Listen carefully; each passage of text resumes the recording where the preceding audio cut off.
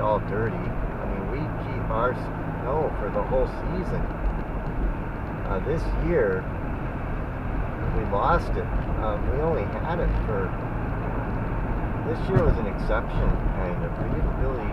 We had snow for a couple... We had kind of like an Ohio winter. We had snow in January. We kept it through... We had a couple of good snowfalls in January. And I used the snow blower once. And I used it once this year. We had one snowfall I shoveled. The other one I used the snow blower on.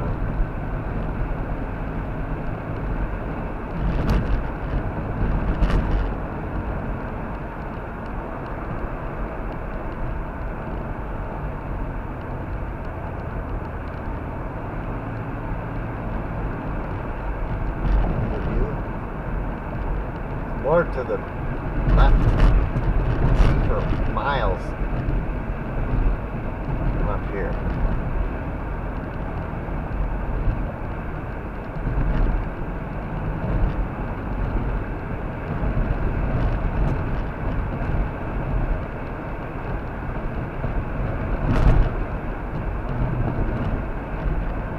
This is still the driftless. We're going to be leaving the driftless in about maybe 8 or 10 miles. We'll be coming out of the driftless. We'll come down out of it and come into Mauston.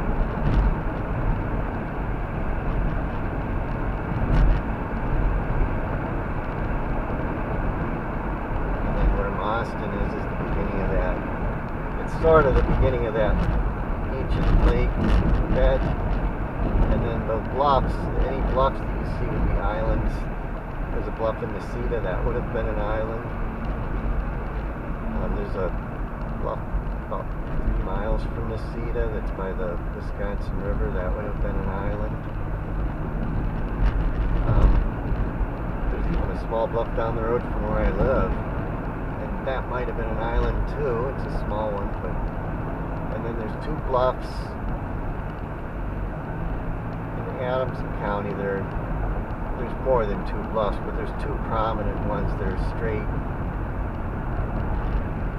east from where I live. Rocha Cree and Friendship Mountain. Those are big. Those would have been big islands. And then there's a bunch of smaller bluffs out there too. Some you can see from my tower. But it has to be a clear day. It's a clear, like today, you probably can see it because it's cold. And then there's a bluff by the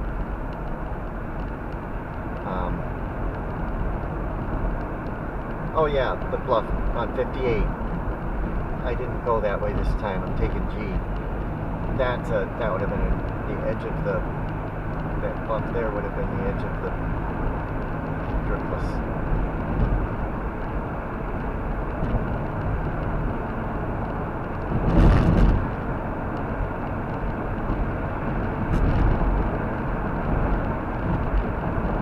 But this was unglaciated. I think it was unglaciated. There might be areas that were a little bit, maybe, or something. I don't know if you can get a little bit of...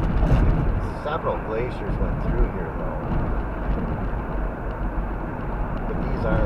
These hills are not till, they're actual, there's rock under there, bedrock. Whereas the hills on the other side of Wisconsin, on the other side where the glaciers were, those are not bedrock. Most of those are rock that was brought down from Canada and then the glaciers dropped them, and that's called glacial till. And you can find all kinds of different rocks in there. You can find stuff that was brought in from Canada all the way down to Ohio. Some of it's kind of interesting to just pick up and look at. Steve found in his field in Ohio where I grew up, he found a lavender, kind of a light lavender rock. And I told him, I said, I want that. And he says, what do you want? I'll give you a geode for it. Because I went geode collecting in Keokuk years ago, and I gave him, I upped the ante until he gave it to me. But it's just a rock, but I had to have it, and he didn't really value it too much. But it has a little, it's purplish. It's like purple quartzite or something, but it's got more of a quartzy. It's like quartz. It's not really quartzite, but it's got that glassy look. And it's purple, and it's like, yeah, that's cool. I had to have that. So I gave him a geode or something like that for it. It was just something I found. I found a lot of geodes, so I had them to spare. And I got that in with and that's glacial till that probably came down from Canada. That was brought by the glacier, and then it just dropped. Some of there's whole mounds full of that stuff. Some of it's quite colorful. Nice, interesting stuff to poke through and look at.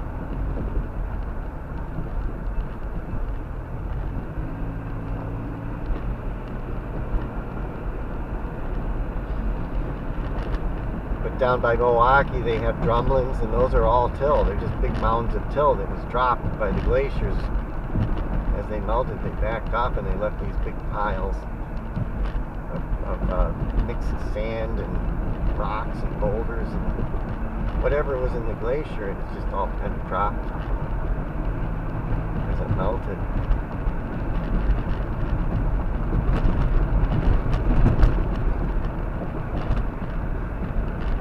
And Ohio has that too.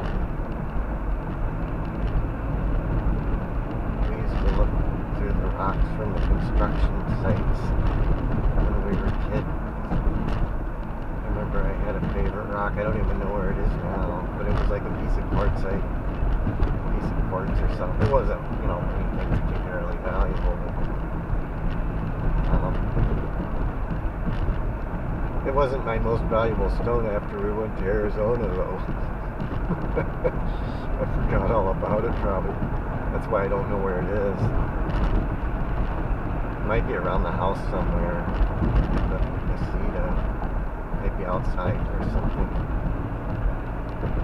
It might even be in the wall. I don't know where it is.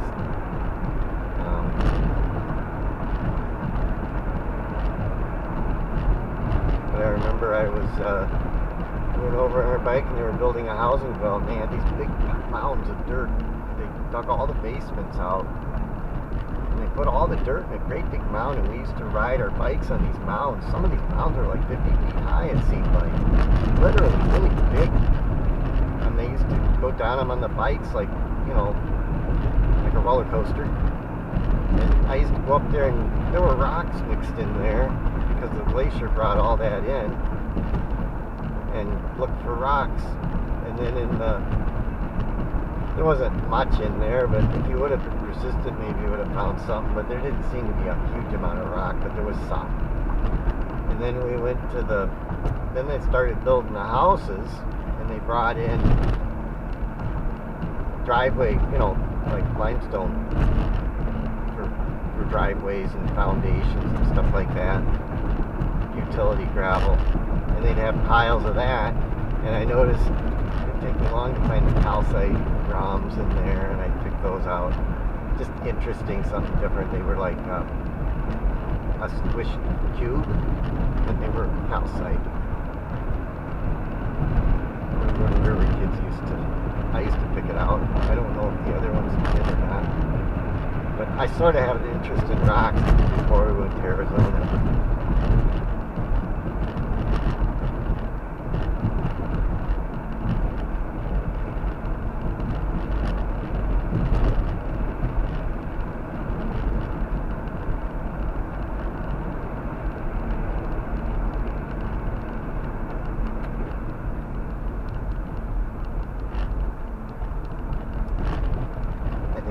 Down here. This is where we come down.